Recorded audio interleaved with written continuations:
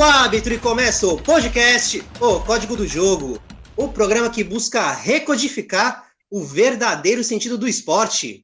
Aqui quem fala é Gustavo Nery, sou o apresentador deste programa e junto comigo na condução do Código do Jogo, nós temos os comentaristas Júlio Peixoto e Guilherme Salvático. Júlio, seja muito bem-vindo, meu querido. Fala, Gustavo. É um prazer imenso estar aqui com você e com o nosso amigo Salvático. Espero que possamos gravar um ótimo programa que hoje terá um convidado mais que especial. Fala, meu comentarista Guilherme Salvático, seja muito bem-vindo e manda o seu oi aí para os nossos ouvintes. Salve, Gustavo. Um grande abraço para você, um abraço especial virtual para todos os nossos ouvintes, um grande abraço para o Júlio também. Muito bem. Hoje teremos o quadro Na Bacia das Almas, que é o talk show do Código do Jogo. Se tem uma coisa que consegue ser mais emocionante que um time vencer de um jogo na Bacia das Almas, é o quadro de entrevistas do nosso podcast. É verdade. Quer dizer, às vezes não. E o nosso convidado de hoje é um ex-jogador com uma baita história no futebol brasileiro. Uma lenda nas batidas de falta e um dos maiores ídolos da história do São Caetano. O entrevistado de hoje é ninguém mais, ninguém menos que Ademar Ferreira, de Camargo Neto. Ademar, seja muito bem-vindo. É uma honra ter você aqui no nosso programa e manda o seu oi para os nossos queridos ouvintes. Olá, pessoal, é um prazer estar aqui no Código do Jogo, né? Se a gente pudesse decifrar realmente o código do jogo do nosso futebol hoje, nós estaríamos milionários. Pois é, Ademar, e é nessa pegada aí que nós vamos tocar o programa de hoje. E vamos começar essa entrevista pelo começo de tudo, pelo início da sua carreira. Você sempre quis ser jogador de futebol, fez muitas peneiras. Como que foi essa fase da sua carreira para você? Na época que eu nasci, né, sou de 72, todo menino sonhava, né, em vestir amarelinha da seleção, não do Correio, né, óbvio, né, da seleção brasileira, né, mas uma bola divertia 20, 30 garotos, né, hoje já tem um celular que diverte cada um, né, então é diferente, mas uma infância muito gostosa e sempre sonhei em ser jogador de futebol, não esperava ser assim, sou sincero em falar, a chegar a esse ponto de jogar na Europa, tudo. Eu achava que eu iria jogar no Brasil, jogar alguns times profissionais, mas Deus me proporcionou muito mais. Mas não foi fácil não, viu? As peneiras, quando chegava para fazer, e só tinha atacante grandão, né? E o treinador perguntava, quem é atacante aí para a peneira? E, levantava o dedinho, todo humildezinho lá, e o treinador falava, garoto, faz um lateral direito para mim, porque você não tem tamanho e tal. Então, o preconceito da altura já existia desde aquela época. E quando começou a ser jogador? Tem muitos jogadores que, quando estão no começo de carreira, eles exercem alguma outra atividade em paralelo. Você passou pela mesma situação, Ademar? Eu não exerci outra atividade. Eu tentei, eu fiz faculdade de artes plásticas por 6 meses e eu vi que eu não sabia desenhar nenhuma bola, né, cara? Aí o cara do meu lado lá, que estava estudando comigo, o cara já tinha, como é que chama? Mostra, sei lá que é negócio, o cara tinha quadro em tudo que é lado. Falei, cara, não vai dar não, ou eu sou jogador de futebol ou sou jogador de futebol, cara. Mas em cima disso aí, pessoal, tem uma situação interessante, né? Eu voltei de uma pausa na Alemanha, né? E eu estava sentado comendo um pastel com o pessoal lá, e chegou uma pessoa e o que você faz, tá? O cara totalmente desentendido do futebol, sabe? Aí ele chegou para mim e falou assim, legal, né, cara? Você mora na Alemanha, tal. Eu falei, cara, eu jogo futebol lá, tal, na primeira liga, lá na Bundesliga, tudo. Ele falou, e aí, mas você só joga futebol? Cara, rapaz, cara, quer mais ainda, brincadeira. Aí eu falei, cara, quase que eu falei, não, cara, eu treino de manhã, de tarde eu vou dar uma corrida e à noite eu entrego pizza, eu faço Uber, faço tudo, cara, é foda. Tem que dar um jeito, né? Que pergunta, velho, que o cara era desentendido, né? Mas eu fiquei quieto para não dar uma de Saraiva, tolerância zero, viu? Não basta ser craque, tem que exercer alguma outra atividade, é brincadeira. Júlio, tem alguma pergunta aí para o nosso estimado convidado? Fala, Demara. Prazer imenso estar falando com você. Eu, como santista, foi muito emocionante ver toda aquela campanha de vocês, porque pareceu que foi um presságio do que ia acontecer no Campeonato Brasileiro de 2002, né, onde o Emerson Leão bancou a molecada, ninguém tão conhecido, e aos poucos, né, foram se destacando e daqui a pouco já estavam no cenário nacional ali com grande destaque. Você disse que fez a peneira como atacante, né? Mas no São Caetano ali quando, né, surgiu, né, e principalmente, né, naqueles jogos, né, da fase final, que é onde todo mundo, né, pôde observar, você voltava bastante ali, né, pro meio de campo, tal. Você foi recuando durante a carreira, tal. Como é que foi esse processo?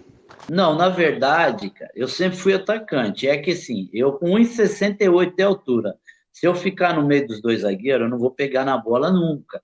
Então eu voltava ali naquela zona atrás dos volantes, né, entre os dois zagueiros e nas costas dos volantes, para receber essa bola e fazer um enfrentamento para tentar o drible e finalizar, né? Mas eu profissionalmente eu comecei de lateral, depois fui para meia, mas acabei ficando de atacante, né? Que era uma coisa muito difícil, né? Para a gente, porque naquela época o atacante tinha que ser alto, porque ele tinha que saber cabecear, porque chegavam uns dois pontas no fundo e cruzavam.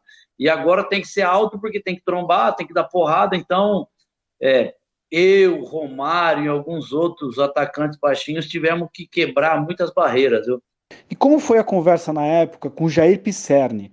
Porque era notório que, né, você tinha um chute muito forte. Como é que foi a orientação que veio a você no esquema tático? Tipo assim, ó, você pega a bola, abriu, chuta, vai para cima. Como é que foi essa instrução? Eu acredito muito do meu sucesso ao Jair Pisserni, né? Porque no começo de 2000, o Túlio Maravilha era o atacante titular, né? Ele tinha 20 partidas e 20 gols no São Caetano, campeão paulista da Série A2, e o Túlio voltou para o Rio, né? Fez um contrato lá com o Botafogo e voltou para o Rio. E o São Caetano tinha condições de contratar o centroavante a nível de seleção, se quisesse, porque tinha uma receita para isso e o Túlio já ganhava muito bem na época. O Jair chegou para mim e falou, olha, ele me chamava, né, porque eu sou do interior, né, ele me chamava de bicho do mato, né? Ô, bicho do mato, eu vou te colocar como atacante titular nessa Copa João Avelange e eu quero que você se preocupe em jogar bola, não se preocupe em agradar parte técnica. Você tem qualidade, faz a sua parte aí. Então ele me deu liberdade total. Então eu só não chutava tiro de meta porque tinha o Daniel e o Dininho para bater lá, senão eu ia bater, viu? Então, Ademar, como foi a conversa do time antes do início, o time e comissão técnica, antes do início da Copa João Avelange? Vocês tinham alguma perspectiva de que pudessem chegar tão longe? Mesmo o mais otimista do elenco e do clube não acreditaria num sucesso tão grande que foi o São Caetano e um meteoro que durou um certo tempo. Acho que de 2000 a 2004, que foi campeão paulista, o São Caetano figurou sempre entre os melhores do brasileiro e do Campeonato Paulista. Aí depois teve a fase ruim, mas eu sou sincero em falar, da minha parte, eu não apostava no nosso clube de maneira alguma num sucesso. Apostava sim, galgando aos poucos, mas num sucesso tão repentino como foi em 2000, foi algo de Deus realmente. Salvático, alguma pergunta para o nosso querido convidado? Ademar, primeiramente é um prazer estar falando com o senhor e a minha primeira pergunta é a seguinte: você é considerado um dos maiores ídolos do São Caetano e também tem uma grande história pelo clube. Conta pra gente o que doeu mais pra você, como atleta, perder a final do Brasileiro de 2000 pro Vasco, ou como torcedor, ver o São Caetano perder a final da Libertadores pro Olímpia? Porque naquela época você já estava jogando no futebol alemão, no caso, né? Oi, Salvático, um abraço. Primeiro, você falar senhor, os caras vão achar que eu sou da geração do Pelé, cara. Pode falar dele. Tá certo, Ademar, tá certo. Que porra, o cara é velho pra caramba, né? Como só tem o áudio, né? Pô, então, Salvático, sinceramente, cara, eu tava jogando aquela João Avelange, foi triste para mim. Mas o que mais doeu foi pelo clube, pelos companheiros que estavam lá, cara.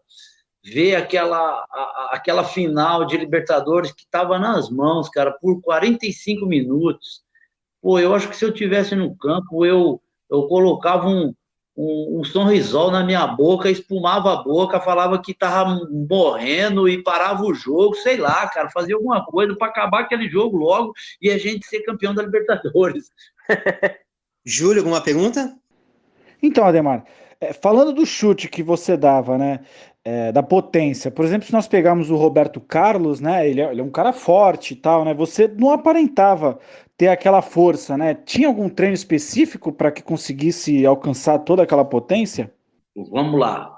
Primeiro, eu não aconselho aos atletas, somente aos mais jovens, porque, na verdade, eu comecei a treinar com bola de medicine ball, né? Eu chutava bola de medicine ball porque eu não sabia o que era aquela bola quando estava lá no clube lá, eu achava que era para aquilo, né, cara? Não sabia que era para fazer trabalho de abdominal, aquele tipo de outro trabalho de lateral, né? Então eu comecei a chutar. Então, no meu caso, fortaleceu meus ligamentos e a minha perna, para mim, foi muito bom. Mas eu não aconselho a molecada, não, e toda regra é exceção, né? Agora, quanto ao Roberto Carlos, né?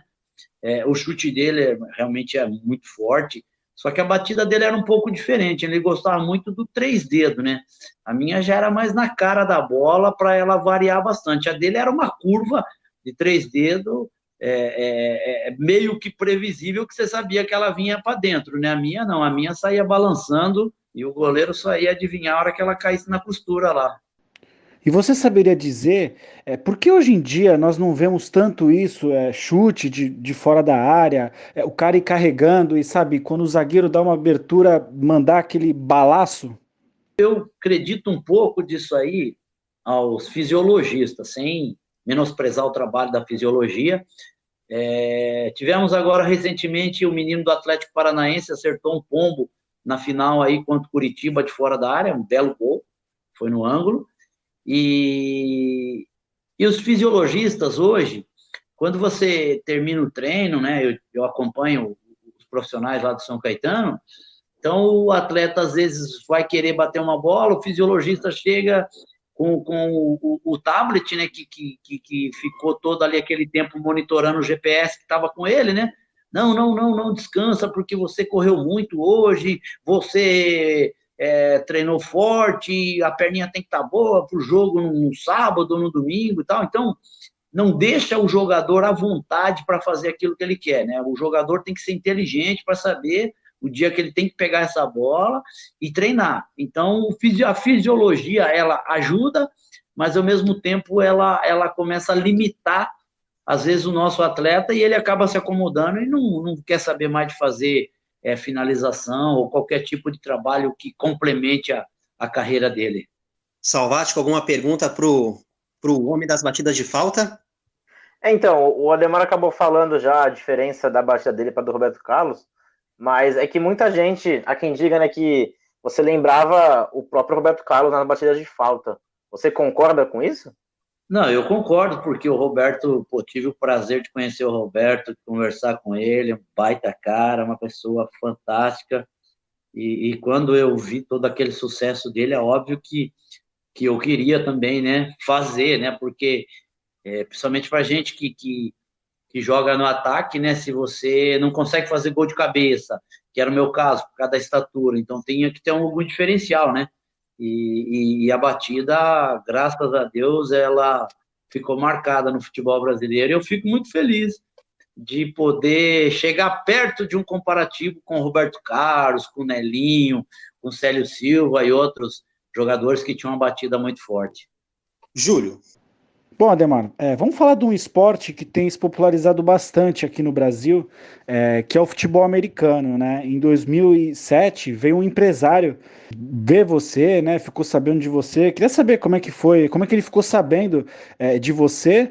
E assim, parece que o empresário ele era ligado ao Tampa Bay Buccaneers, né? Você consegue imaginar como seria dividir o vestiário com Tom Brady? Mas hoje seria dividir o vestiário com Tom Brady, hein? Que cena, hein? Porra, mas fiquei muito feliz na época, sabe? Porque eu tinha recém-aposentado, né? E aí o empresário veio, tinha visto um vídeo meu e achou que a batida poderia ser adaptada à NFL, né? E aí eu peguei e fiz o teste aqui no Brasil, tudo, e por pouco, fui até o consulado, estava pensando em realmente ir para lá, mas aí, né, o pessoal que está ouvindo aí, o pessoal que conhece da NFL, sabe como funciona lá, eu não teria como entrar direto no time na NFL, eu teria que entrar por uma universidade, entrar como visto de estudante, para poder ser draftado e ir para a NFL, né? Então, esse trâmite ia demorar muito e, pô, você acaba de aposentar, viagem para caramba, a família quer que você fique em casa, então dificultou um pouco, mas eu estou repensando no caso, viu, Júlio? E aqui na Liga do Brasil você chegou, né, a ter alguma experiência aí, como é que foi? Eu ia jogar a Liga Paulista pelo São Caetano, sabe? Eu fiz os 3 primeiros pontos da história do São Caetano Bluebird, mas nosso time não era muito bom não, viu? Só tomava de 0, aí eu entrei, o treinador era canadense, tinha 42 jardas, e aí o pessoal do time lá, vamos, deixa o cara entrar para chutar, professor, tal, e o treinador, sei lá, né, não conhecia de futebol, tal. Não, vamos tentar as 3, aí queria dar o pente, né, chutar a bola lá para retornar lá. Eu falei, não, vamos tentar, pô. Aí o auxiliar, que era brasileiro, pediu para ele, eu fui, e aí eu fiz o field goal, né, de 42 jardas, e aí o treinador se rendeu. Realmente é um ex-atleta histórico, olha, do futebol ao futebol americano, diretamente para o código do jogo, mas que honra. Salvático, você tem alguma pergunta para fazer para esta fera dos gramados? Demar, vamos lá. Alguns jornalistas afirmam que você não foi convocado para a seleção brasileira justamente por causa da sua idade, que já era um pouco avançada, que foi quando você começou a fazer sucesso no São Caetano. A gente sabe que é extremamente importante ter um jogador de experiência no time, né? A gente quer saber de você como foi para você na época tudo isso e como você enxerga essa situação hoje. Olha, eu fiquei meio triste, né, pelas matérias que saíam em relação a essa situação, né? Porque como o Romário tinha sido cortado pelo Felipão, né, 2001, e eu tava ali, né, bola da vez, né? Estava bem na Alemanha, cheguei bem na Bundesliga. Você está num campeonato europeu, então aí eu tive uma sondagem, né, do diretor da CBF, foi até a Alemanha para assistir um jogo do Stuttgart, só que nessa situação eu creio que não foi nem a idade que pesou, porque estava entre eu e o Luizão estava no Hertha Berlim, estava no banco, fez um gol na liga toda, eu jogando titular com 7 gols na liga. Aí o fator família Felipão, né? O Felipão já tinha trabalhado com o Luizão, achou melhor levar o Luizão, mas eu fico feliz só de ser lembrado, e naquela época foi um debate muito grande, né? Porque falavam da idade e tinha um peso, né? De estar substituindo o Romário, né? Você acha que foi uma decepção? Não, porque ser lembrado só pela seleção já é algo gratificante, né? E se você tem a sondagem, então, aí, nesse caso, eu fiquei muito feliz também pelo Luizão, que é uma pessoa que eu adoro, fantástica, e que teve o prazer de sofrer aquele pênalti mandrake contra a Turquia, e a gente foi campeão. Júlio, alguma pergunta para o nosso craque que quase se tornou um craque do futebol americano? Ademar, como foi viver na Alemanha? Você comentou várias vezes, né, sobre o futebol alemão, Bundesliga, né? Como que foi esse período lá pela Alemanha? Hoje o pessoal tem toda a facilidade, né, cara, de rede social, tecnologia, né? E quando eu morei na Alemanha, a internet estava engatinhando, a gente mandava carta ainda, tudo, então você chega lá, é tudo diferente, né?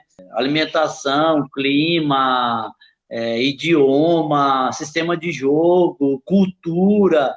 O pessoal acha, você vai chegar lá, você vai só para o treino e é legal, mas você tem que viver a vida, né? Você é um cidadão agora alemão, né? Você está lá, você está trabalhando. Tem muitos, então, fatores que contribuem para que você tente se adaptar ao país mais rápido, mas não é muito fácil. Exemplo, eu saí do Brasil, do Rio de Janeiro, né, na final do Maracanã com 40 graus no Rio, e fui para a Alemanha, para Frankfurt, com menos 10. Então, já aí começa todas as dificuldades, mas mesmo assim eu fiquei muito feliz pelo tempo que eu passei lá. Eu não fiquei mais tempo, eu tinha contrato de 5 anos com o Stuttgart, eu não fiquei mais tempo porque a minha família não se adaptou e era muito difícil na época, mas eu deixei muitos amigos lá, e o que importa no futebol é isso, acho que o prazer de você deixar a sua marca por onde você passou. Salvático, alguma pergunta sobre a Alemanha, sobre a experiência que o Ademar viveu lá na Alemanha? Então, Ademar, depois do 7-1, muita gente estava com o pensamento de que a Alemanha era o novo país do futebol, né? Com base na sua experiência, qual é o verdadeiro país do futebol? O Brasil ou a Alemanha? O Brasil é o verdadeiro país do futebol. Eu acho que o verdadeiro, sei lá, quem inventou, né? Diz que foram os chineses que jogavam lá com a cabeça dos prisioneiros, sei lá, né? O verdadeiro, aí depois fala que é a Inglaterra, sei lá, né? Mas vamos lá devagar. O Brasil ainda é o lugar em que o garoto ainda sonha em dar uma condição melhor para a família dele jogando futebol. E outros países, devido à qualidade do país e às condições, nem todos têm esse sonho, né? Às vezes eles se preocupam em trabalhar numa multinacional que vai te dar uma tranquilidade, tanto para ele quanto para a família. Mas o 7-1, vamos ao 7-1. O Brasil, como nós temos o sangue latino, nós não podemos tomar um gol e sair perdendo, que a gente quer virar logo. Isso eu vivi lá na Alemanha, né? E aí o treinador veio conversar comigo. O meu time tomava 1-0 lá do Bayern de Munique, vamos supor, ou Dortmund. Eu, ficava puto, porque os caras demoravam para pôr a bola para o meio campo, eu já queria ir lá, pegava a bola da mão do goleiro, punha lá no meio, isso com 5 minutos, 10 minutos de jogo. Aí o treinador veio um dia, me chamou na salinha dele e falou assim, brasileiro, por que você fica desesperado para pegar a bola? Eu falei, porque a gente tá perdendo o jogo. Ele falou, calma, a gente tomou o gol com 5, 10 minutos, tem 80, 85 para a gente empatar o jogo. A gente tem que manter o mesmo padrão. Mas esse é o nosso sangue latino. E no 7-1 aconteceu isso. Nós estamos tomando 1, estamos tomando 2, jogando em casa. Aquela ganância, aquela gana de querer virar, acaba se expondo. E aí você vê Davi Luiz de meia-direita, Thiago Silva de volante, e aí 7-1 foi pouco. Sim, meus caros ouvintes, estamos aqui com o ídolo do São Caetano, Ademar. Está gostando da entrevista? Então, continue acompanhando a gente. Se estiver ouvindo no Spotify, é só nos seguir. Ou se estiver no YouTube, curta o vídeo, se inscreva no nosso canal e ative as notificações para não perder as próximas entrevistas. E agora, vamos continuar aqui a nossa partida. Ademar, além do futebol alemão, você também jogou no Japão e na Coreia do Sul. Como é que foi a adaptação nesses países? Qual foi mais fácil? Na Alemanha, no Japão ou na Coreia? Sinceramente, na Alemanha, isso sem sombra de dúvida. Porque eu conseguia, né, ler pelo menos as palavras, né? E na Coreia e no Japão, aquele monte de pauzinho lá, você é louco, cara. Eu não entendia porra nenhuma, você tá doido? Júlio, tem alguma pergunta para o nosso convidado sobre o tour que ele fez pelo mundo? Bom, vamos pegar um avião, vamos voltar aqui para o Brasil, né? Lembrando da época do São Caetano. No segundo jogo da final da Copa João Avelange, teve aquele problema na arquibancada que cedeu lá em São Januário, né? O quanto que atrapalhou psicologicamente o time? Porque vocês estavam embalados, né? E de repente teve um hiato. E aí, talvez, possivelmente, jogadores do Vasco talvez pudessem ter se recuperado melhor e tal. O quanto que atrapalhou, né? E como que foi viver aquilo? Atrapalhou muito. Primeiro, também a situação psicológica, né? Da gente vivenciar tudo aquilo ali, né? Eu estava assim, a 20 metros do pessoal caindo lá da arquibancada, né? Gente saindo machucada, ensanguentada. Então, acho que psicologicamente, para continuar a partida, era muito difícil. A gente estava num momento muito bom na partida, no campeonato, e aí acabou aquilo ali. A gente não sabia se tinha se declarado campeão, se não seria, se era o Vasco, enfim. A gente ficou, final de ano, cada um comendo sua leitoa, comendo seu panetone, aquelas coisas. Aí os caras ligam pra gente uma sexta-feira dizendo que na quarta-feira foi remarcado o jogo no Maracanã, não me recordo se dia 13, que dia que foi, e o Vasco estava treinando. E a gente, eu com peru na garganta ainda, chamaram na sexta-feira, e eu já tinha sido negociado para a Alemanha, então aquilo atrapalhou muito a nossa conquista, que poderia ter sido o título ali brasileiro. Ademar, nós vimos que você se aposentou no final de 2006 e retornou aos gramados em 2012. Como foi essa experiência e o que leva o jogador a querer voltar aos gramados depois de tanto tempo? Voltar, eu tenho vontade de voltar todo dia. Ontem à noite, assistindo Palmeiras e Corinthians, eu estava com vontade de voltar hoje de manhã a treinar e voltar a jogar bola, porque os caras muito ruins, não acertam o chute, pelo amor de Deus, cara. Seria bom ter um Ademar naquele jogo, hein? Os caras parecem curupira, meu, parece que o pé é virado pra trás, meu, você tá louco. Você é louco, cara. Aí eu falei assim, vou acordar amanhã, 7 horas da manhã, vou treinar, vou voltar, porque não é possível que esses caras ganhem 500, 800, 1 milhão, e eu aqui, porra, morto aqui, gordo, barrigudo, se eu treinar, eu ganho desse cara. Então, aquele momento lá, foi 2012, eu voltei, na verdade, porque um amigo meu que estava tomando conta lá do clube falou para a gente fazer um away lá, para ver se tinha mídia, tudo. Mas, cara, aí você chega no vestiário do Serrano, eu lá com a minha bolsa cheia de chuteira, o menino do lado com uma chuteira costurada com linha de pesca. Falei, caramba, onde eu vim parar, velho? Aí o menino ficava olhando a chuteira que eu tinha, tudo. Aí terminou o jogo, os meninos vieram falar que na casa não tinha mistura, só tinha arroz e feijão. Aí eu chamei o diretor lá, que era meu amigo, e falei, cara, você paga avião para mim, você paga hotel, tudo para mim vir aqui. Dá esse dinheiro, compra a mistura para esses meninos e compra comida, que quem vai dar retorno para vocês são esses meninos. Então eu, voltei, mas foi só mesmo para tentar ajudar o meu amigo lá, né? Porque fisicamente é impossível, né? E aí teve também uma outra situação, acho que eu iria também para a Lemense, né? Acertar com o time da Lemense, fui lá, fui apresentado no jogo, em casa, né? Acho que Pirassununga, Lemense e Pirassununga. Até estava disposto a ir treinar, ficar lá uns dias, tal, em Leme, 1 hora de casa, né? Aí, o time toma 4-0 em casa, senti a panturrilha lá na arquibancada, nunca mais voltei, isso é louco. Salvático, uma última pergunta para o nosso querido convidado. Demar, para encerrar aqui, qual foi o momento mais marcante da sua carreira? Aquele momento que, se você pudesse voltar no tempo para viver novamente, qual seria? Seria na segunda-feira, depois do que eu fiz aquele gol contra o Fluminense lá no Maracanã.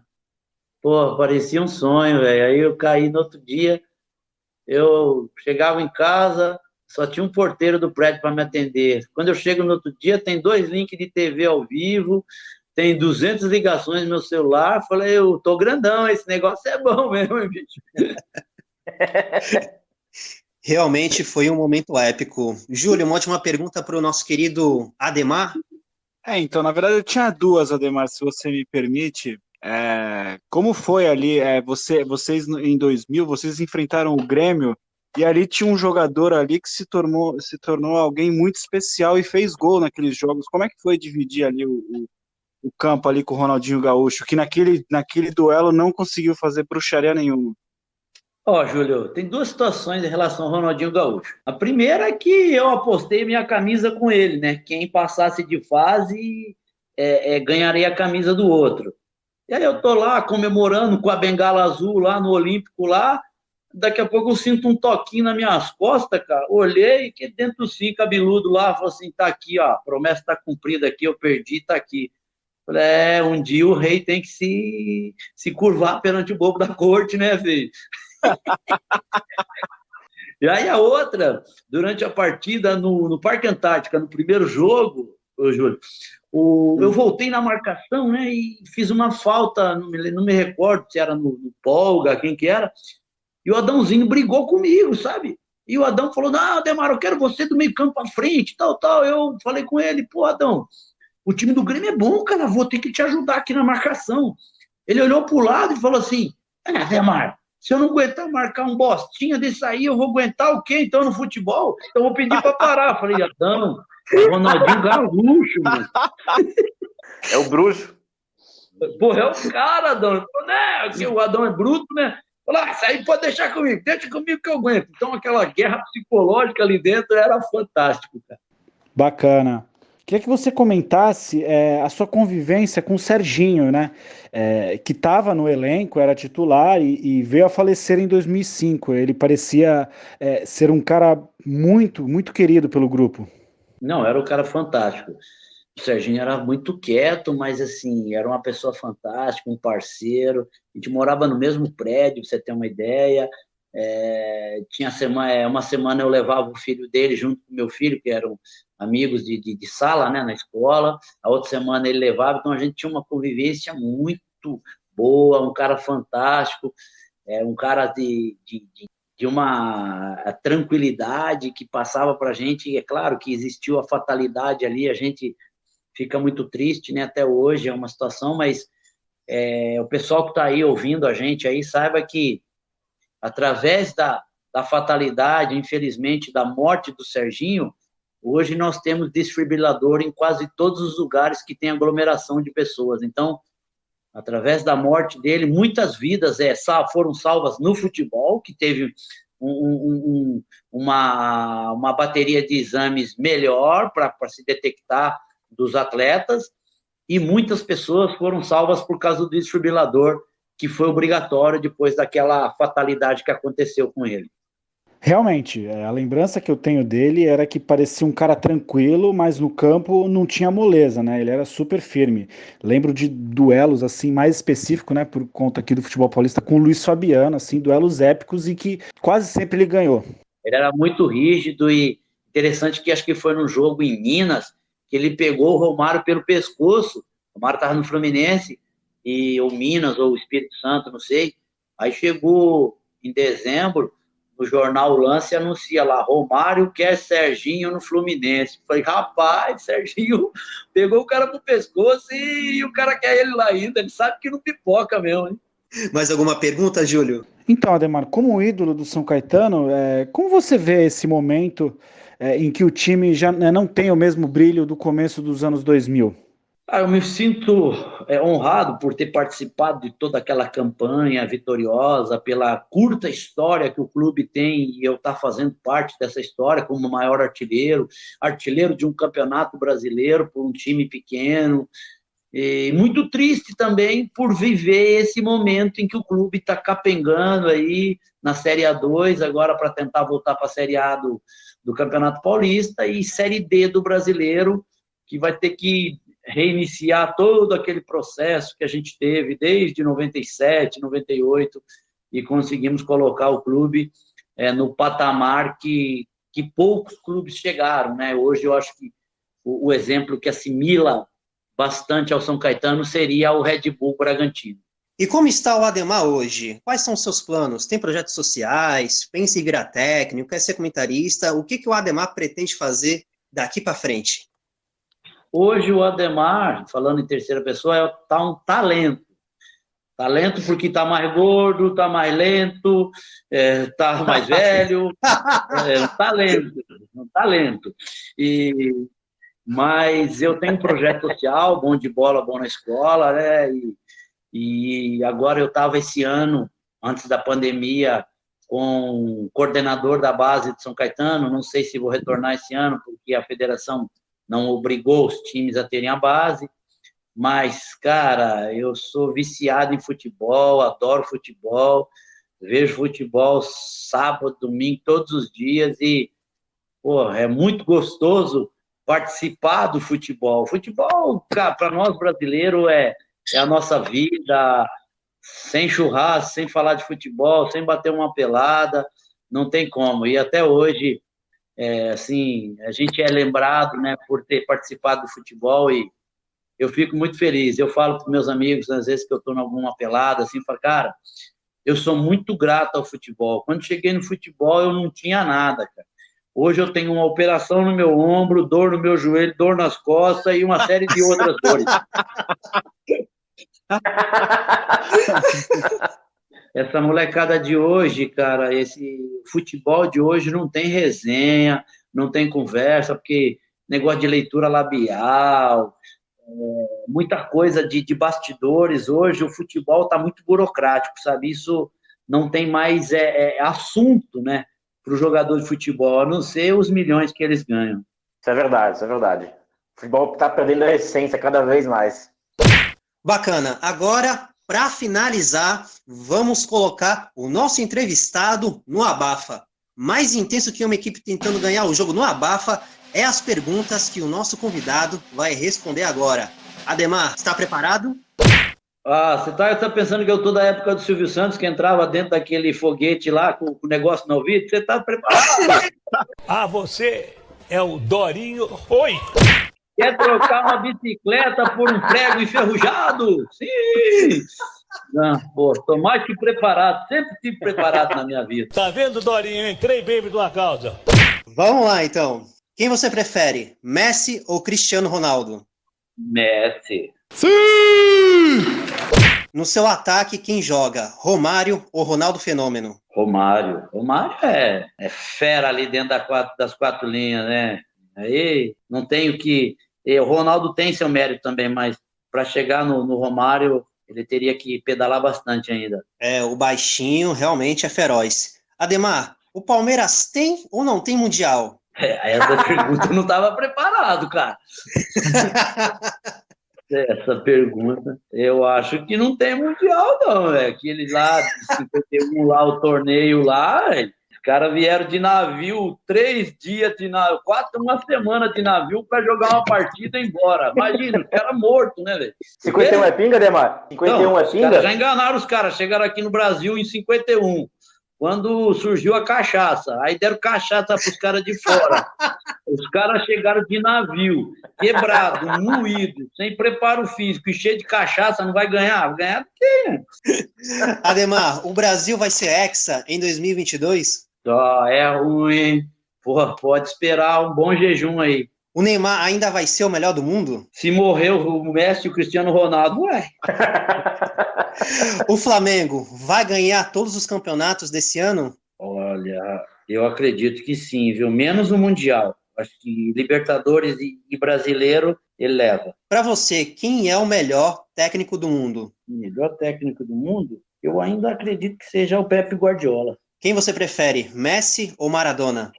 Eu prefiro o Messi, mais cabeça boa, né? O Maradona é meio zoado, né, velho? É louco, o Maradona não era muito gente boa, não. Os técnicos estrangeiros são muito melhores que os brasileiros? Não, eu acredito que não. É que os brasileiros ainda estão muito alguns, né? Naquela metodologia antiga que o futebol já se modernizou, já se atualizou, e os técnicos sempre estão aprimorando, né? Fazendo cursos, analisando, esses analistas de desempenho ajudam bastante, então nós não somos atrasados, os técnicos que não se atualizam, né? Sim. Ademar, qual é o seu maior ídolo do futebol na infância? Meu maior ídolo foi o Zico. Acho que aquele gol de falta do Zico contra Santa Cruz no Maracanã foi que me levou a tentar bater falta e graças a Deus eu fico muito feliz de poder ter acertado alguns também. Não igual o Zico, né? Mas na porrada. Qual é o seu goleiro preferido? Silvio Luiz, que jogou comigo, ele era o cara fantástico, chegou à seleção, tudo, depois esteve no Corinthians, esteve no Vasco, mas no Vasco não deu muito certo não, porque ele saía na noite com o Romário, e quando o Romário assumiu o treinador, o Romário sacou ele. Aí ele foi falar com o Romário, Romário, eu vou com você pra noite e tal, e você me saca. Ele falou, por isso que eu tô te sacando, eu sei que você vai pra noite, pô. Quem é o melhor batedor de falta? Ademar ou Marcelinho Carioca? Na curta eu coloco o Marcelinho Carioca, e na longa eu me coloco, como diz, eu se consagro. Muito bem, meu consagrado. Qual foi o maior craque que você enfrentou? Eu joguei contra Ronaldinho Gaúcho, Miroslav Klose. Quanto o Klose tem uma história interessante. Meu primeiro jogo na Bundesliga, contra o time do Klose, eu fiz 3 e ele não fez nenhum, mas na Copa ele fez mais que eu, né? Que isso, superando o maior artilheiro de todas as Copas, quem diria? E qual foi o melhor craque que jogou com você? Qual foi o melhor craque que vestiu a mesma camisa que você? Olha, eu joguei com um meia chamado Alex Rileb, jogou no Arsenal, depois esteve no Barcelona, foi contratado para jogar no Ronaldinho Gaúcho, mas o cara gostava de uma vodka, hein, meu? Fumava e gostava de uma vodka, mas era bom pra caramba, velho. Eu acho que ele parou cedo, porque, do jeito que o cara tomava cachaça, não ia jogar bola mesmo. É complicado. E agora, para encerrar, o Ademar tem um time do coração? Tem, São Caetano.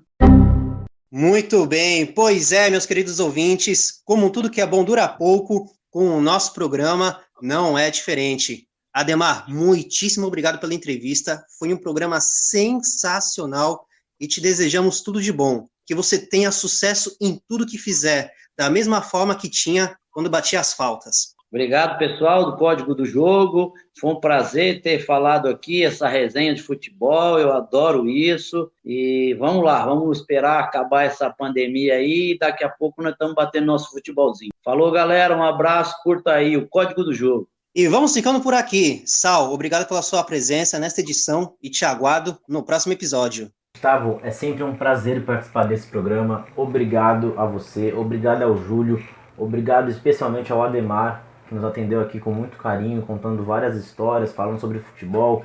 Enfim, muito obrigado e até a próxima, pessoal. Muito bem, e agora, antes de me despedir do Júlio, quero agradecer imensamente ao nosso editor Renan Santana por todo o apoio, por todo o suporte, por todos os seus serviços prestados a este podcast. E agora, Júlio, fica aqui um grande abraço e se despeça aí dos nossos queridos ouvintes. Ô Gustavo, muito obrigado também ao Salvático e muito obrigado em especial ao Ademar.